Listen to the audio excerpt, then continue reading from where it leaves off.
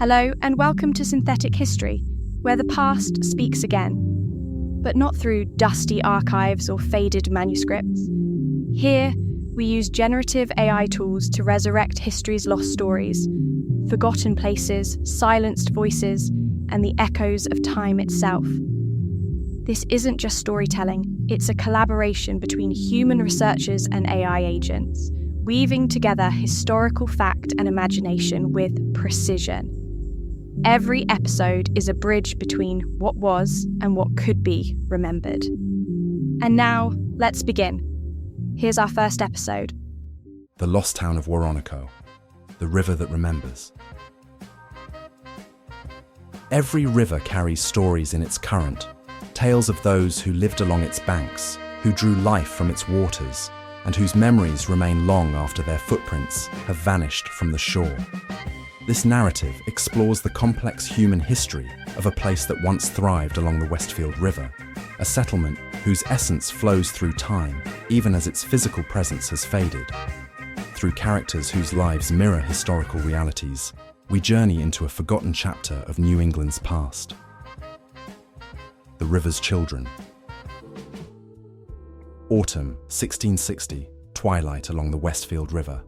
The waters ran cool and clear as Nagushek moved silently along its eastern bank, her woven basket half filled with late-season berries and medicinal roots. The valley had begun its transformation, sumac burning red against the hillsides, maple leaves edged with gold. This annual cycle was as familiar to her as her own heartbeat, a rhythm her ancestors had followed for countless generations. Nagushek paused to watch an osprey dive toward the water's surface, its wings folded back in perfect precision. The bird emerged with a silver fish thrashing in its talons. A good omen, she thought.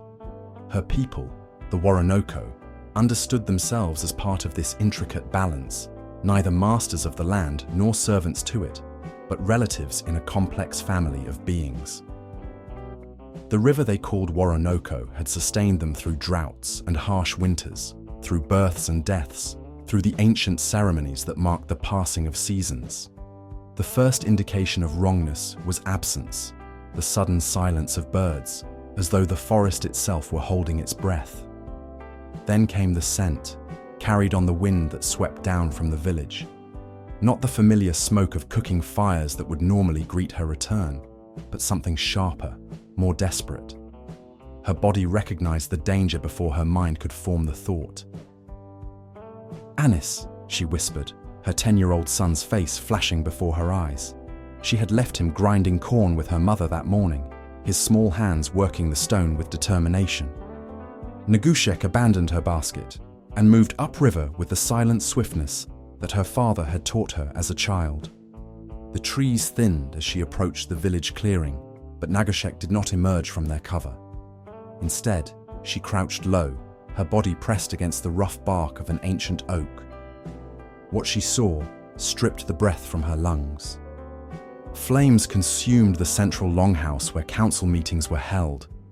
Around it, the smaller family dwellings, wigwams carefully constructed of bent saplings covered with sheets of elm bark, stood in various states of destruction. The storage pits that held their winter corn had been ransacked, precious supplies scattered across the ground. In the fields beyond, the remaining corn stalks had been trampled or hacked down. The damage was methodical, deliberate. Between the burning structures moved the shadowed forms of men. Even at this distance, their identity was unmistakable. The English from Springfield, their muskets gleaming dully in the firelight. The settlement had grown steadily over the past decades, pushing ever westward into Woronoco lands. Messages had been exchanged, boundaries agreed upon, then ignored. Tensions had mounted through the previous summer, when a group of young Woronoco men had confronted English hunters in the northern hunting grounds. Now this. Nagushek's eyes scanned desperately for movement among her people, for children fleeing, for elders being led away. But she saw only stillness where there should have been life. Where was Anis? Where was her mother? Her throat tightened around a scream she could not release. To reveal herself now would serve no purpose. A twig snapped behind her. In one fluid motion, Nagushek turned, drawing the bone knife from her belt. A tall figure stood partially obscured by shadow. "Sister," came the hushed voice of her brother, Jonas. Relief flooded through her, followed immediately by renewed fear. "The hunting party." "We saw the smoke from the ridge," Jonas said, his face hardened into unfamiliar angles. "The others are gathering by the lower ford. Some of our people escaped into the western woods." He gripped her shoulders, his eyes searching hers. "Mother took the children when the first riders were spotted. They headed for the caves." Nagushek felt a moment of light-headedness. Anis might be alive. "The English, they believe they are clearing dangerous savages from land that their god promised them," Jonas said, bitterness edging his words. "Come, we cannot stay. Their horsemen patrol the perimeter." As they melted back into the forest's protection, Nagushek cast one final glance at the burning remnants of her home. The river flowed past, indifferent to the destruction on its banks, carrying ashes downstream toward the Great Quinnipiac, the Connecticut River. Something crystallized within her. This land would remember what happened here, long after both her people and the English were gone. The hollow victory. Isaac Taylor had not volunteered for the expedition. As a carpenter newly arrived in Springfield, he had hoped to establish himself through his craft, rather than his willingness to bear arms. But when John Pynchon, son of Springfield's founder and its most prominent citizen, decreed that all able-bodied men must join the militia for this necessary action, Isaac found his objections dying unspoken in his throat. Now, as he stood amid the smouldering ruins of the Woronoco village, the weight of his participation settled over him like a burial shroud. He had not struck the first torch, had not fired into the fleeing figures, had not overturned the carefully constructed storage pits or trampled the gardens. He had merely stood watch at the perimeter, musket loaded but unfired. Yet his presence had sanctioned it all. "Taylor!" The sharp voice of Captain Samuel Marshfield cut through his thoughts. "Gather those trade beads, anything of value." The captain sat astride his horse at the edge of the clearing, making notes in a small leather-bound book. "Pynchon will want a full accounting." Isaac nodded and moved mechanically toward a small dwelling that had escaped the worst of the flames. Inside, he found humble possessions, woven mats, stone cooking implements, several finely crafted baskets. Against one wall rested something that made him pause. A small wooden figure, intricately carved to represent a child held in its mother's arms. The craftsmanship reminded him of the devotional figures his grandmother had kept in their home in England. He slipped the carving into his pocket before anyone could see. "They were warned," came a voice behind him. Thomas Cooper, a miller who had lived in Springfield since its founding, stood in the doorway. 3 times Pynchon sent word that this settlement violated the boundaries. 3 times they ignored him. Isaac turned to face the older man. Were there no other means? Surely further negotiation. Negotiation, Cooper spat the word. These savages understand only strength. The Lord did not bring us across an ocean to falter in claiming what he has provided. His gaze hardened. You are new here, Taylor. In time, you will understand the necessities of the frontier. Outside, Isaac watched as several militia members emerged from the forest, dragging a Woronoco man. The captive's face was bloodied, his hands bound before him, but his eyes burned with a defiance that made Isaac look away. One of their hunters, Marshfield announced, dismounting. We'll take him back for questioning. Pynchon will want to know how many escaped and where they've gone. As they prepared to depart, Isaac found himself standing alone at the edge of the river. The late afternoon sun cast long shadows across the water. A fish jumped, sending ripples across the surface. In that moment, it struck him how utterly unchanged the river remained despite the transformation of its banks. It would continue flowing as it had for thousands of years before any European had set foot on this continent. For the first time since arriving in the Massachusetts Bay Colony, Isaac wondered if they were truly bringing civilization to a wilderness, or merely imposing their own pattern upon a world that had functioned perfectly well without them. The thought felt dangerous, bordering on heretical. He pushed it away, mounted his horse, and followed the militia back towards Springfield, leaving the ruins of Woronoco behind. But the small carved figure, pressed against his chest, carried in his inner pocket, seemed to burn like an ember. The Gathering. The caves along the western ridge had sheltered the Woronoco during previous conflicts. Their narrow entrances, nearly invisible among the tumbled boulders, opened into chambers large enough to house dozens of people. Here, over generations, they had waited out both human threats and natural disasters. The great floods that occasionally transformed the river into a raging torrent. The bitter winters when game grew scarce. The smallpox that had devastated coastal villages and travelled inland along trade routes. By nightfall, Jonas and Nagushek had reached the largest of these shelters.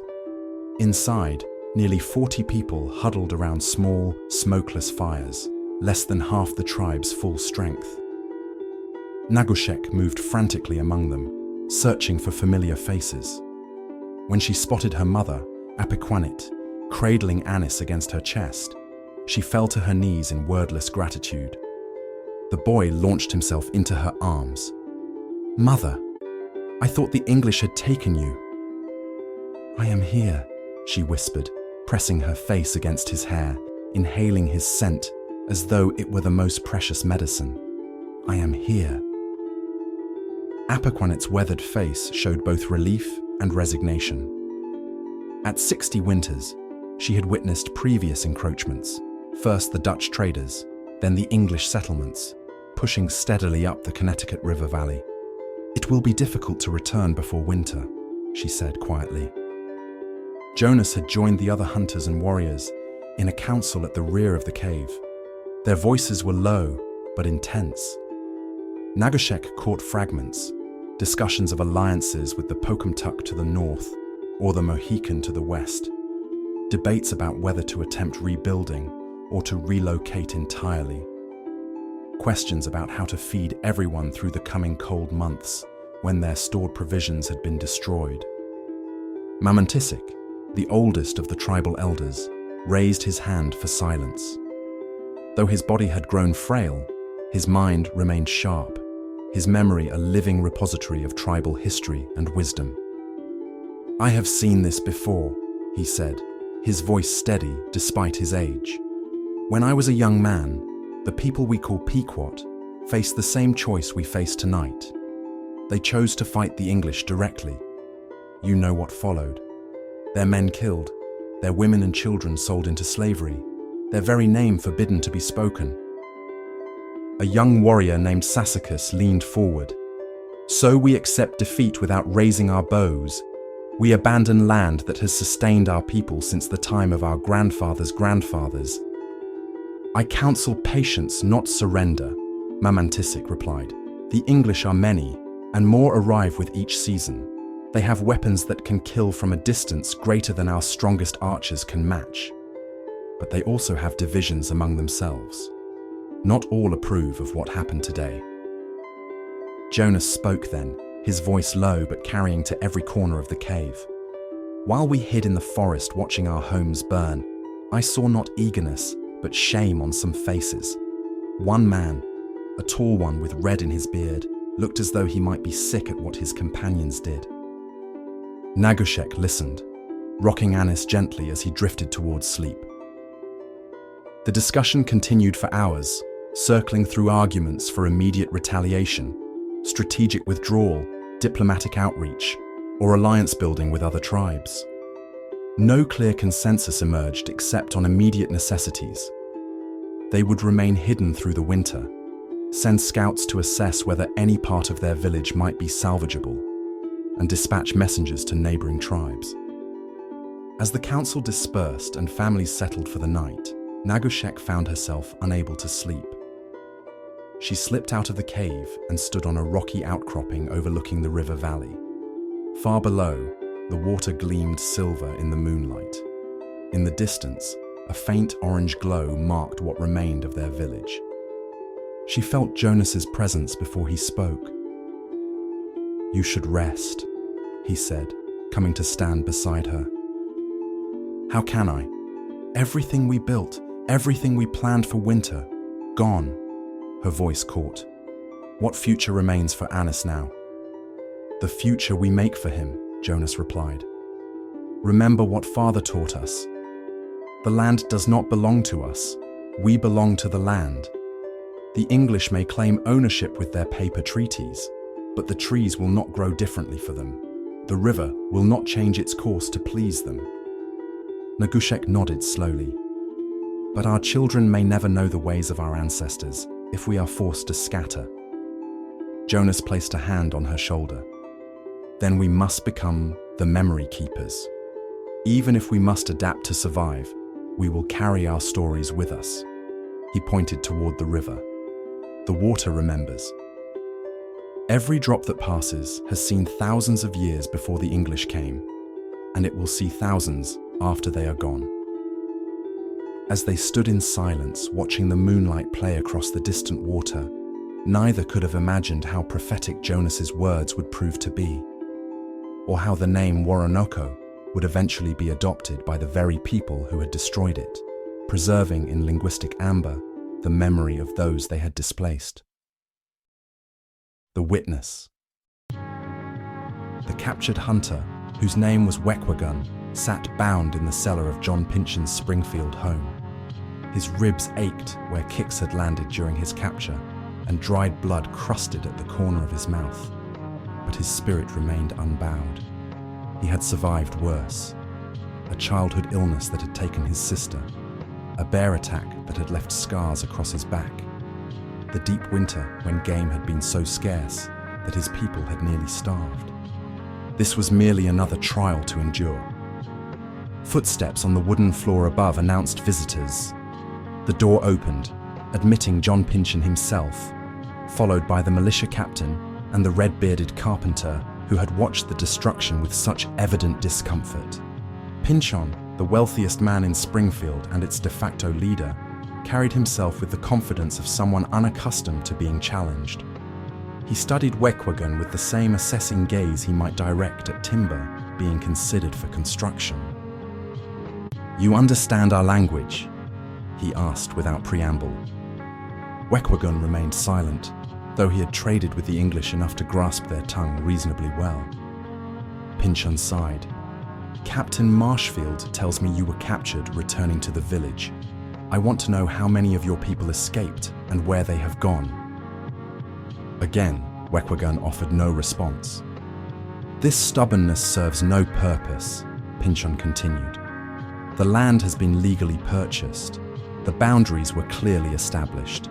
Your people were trespassing on territory that now belongs to the settlers of Springfield." At this, Wekwagun could no longer maintain his silence. "How can you purchase what was never for sale?" he asked in careful English. "Our grandfathers permitted your people to use the land. They did not give it away forever." Pynchon's eyebrows rose slightly at the quality of Wekwagun's speech. "The deed was signed by your sachems. The consideration was paid in full: wampum, tools, and cloth. The transaction was witnessed and recorded." "You write words on paper and believe this changes the nature of the earth itself," Wekwagun replied. "But the hills do not read your documents. The river does not recognize your boundaries." The red-bearded man, Isaac, Wekwagun had heard him called, shifted uncomfortably. Pynchon shot him an irritated glance before turning back to the prisoner. "Philosophy aside, the reality is this: your village no longer exists. Your people have two choices: relocate to lands beyond our settlements, or accept the protection of the colonial government by living under its authority. Fighting will bring only more suffering." Wekwagun held Pynchon's gaze. "There is a third choice. We can wait. Your kind fight among yourselves as eagerly as you fight others. Already the French press from the north, the Dutch from the west. Time is a river that carries all things away. eventually. Pynchon's face hardened. A poetic sentiment, but misguided. We are here to stay. He turned to leave, then paused. You will be held until we determine whether you were involved in the theft of cattle from the northern pastures last month. If not, you may be permitted to join your people, wherever they have gone. After they departed, Wekwagun leaned back against the damp stone wall. From a tiny window near the ceiling, he could see a sliver of evening sky gradually filling with stars.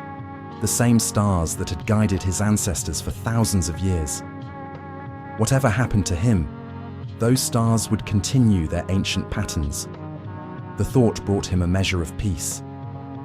In the darkness above, Isaac Taylor stood alone in Pynchon's kitchen, troubled by what he had witnessed.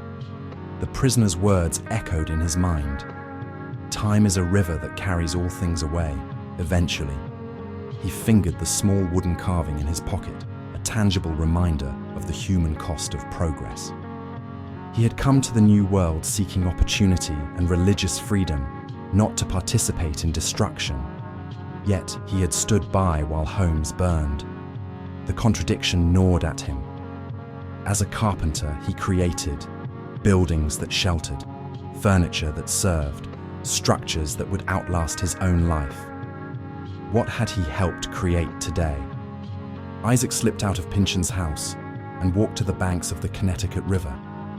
In the distance, where it joined with the Westfield River, he could just make out the dark line of trees that marked the boundary between civilization and wilderness, a distinction that suddenly seemed far less clear than it had that morning. He removed the carved figure from his pocket and studied it in the fading light. Then, with a silent apology to both its maker and its intended recipient, he placed it carefully on the surface of the water and watched as the current carried it away, perhaps by some miracle, back toward those who had created it. The river's memory. Time, as Wekwagun had observed, is indeed a river. It flows in one direction, carrying all things in its current: triumph and tragedy, creation and destruction, remembrance and forgetting. In the decades that followed, the settlement of Westfield grew where the Woronoco village had once stood. By 1669, it was formally incorporated as a town. The paper mills came later, in the 19th century, harnessing the river's power for industrial purposes. The company town of Woronoco, taking its name from the people who had been displaced, flourished briefly as a center of paper production, before economic forces rendered it obsolete. Now, centuries later, few remember the original inhabitants who gave the place its name. The Woronoco people scattered, some joining the Pocumtuck to the north, others the Mohican to the west, still others gradually assimilating into colonial society as survival demanded. Their language faded from daily use, their customs adapted or abandoned, their stories preserved only in fragments. Yet something endures. The river remembers. Each spring, when the waters rise with snowmelt from the western hills, they follow the same ancient channels. Each autumn, when leaves flame into color and drift upon the surface, they trace patterns that would be familiar to Nagushek and Jonas. The fish still spawn in the shallows, where Anis might have learned to spear them. The herons still stalk the marshy edges where Apakwanet once gathered reeds for basket making. The land remembers too. Beneath modern roadways lie the trails that generations of moccasined feet wore into the earth. In forests that have regrown after clearing, the ghost outlines of agricultural fields can sometimes be glimpsed from above. Arrowheads and stone tools occasionally emerge after heavy rains, tangible connections to hands that shaped them centuries ago. Most significantly, the stories remember. They persist in place names: Woronoco, Connecticut, Massachusetts, linguistic echoes of peoples who developed rich, complex relationships with the land long before European contact. They surface in local histories, archaeological studies, and oral traditions maintained by descendants. They whisper beneath the official narratives, reminding us that every history is partial, every story more complicated than it first appears. In these ways, the lost town of Woronoco endures. not as buildings or institutions, but as memory held by the river that has witnessed everything and forgotten nothing. For rivers, unlike humans, keep perfect accounts of what has transpired along their banks. They carry the sediment of centuries, the dissolved elements of countless lives lived and lost, the accumulated knowledge of watersheds and weather patterns.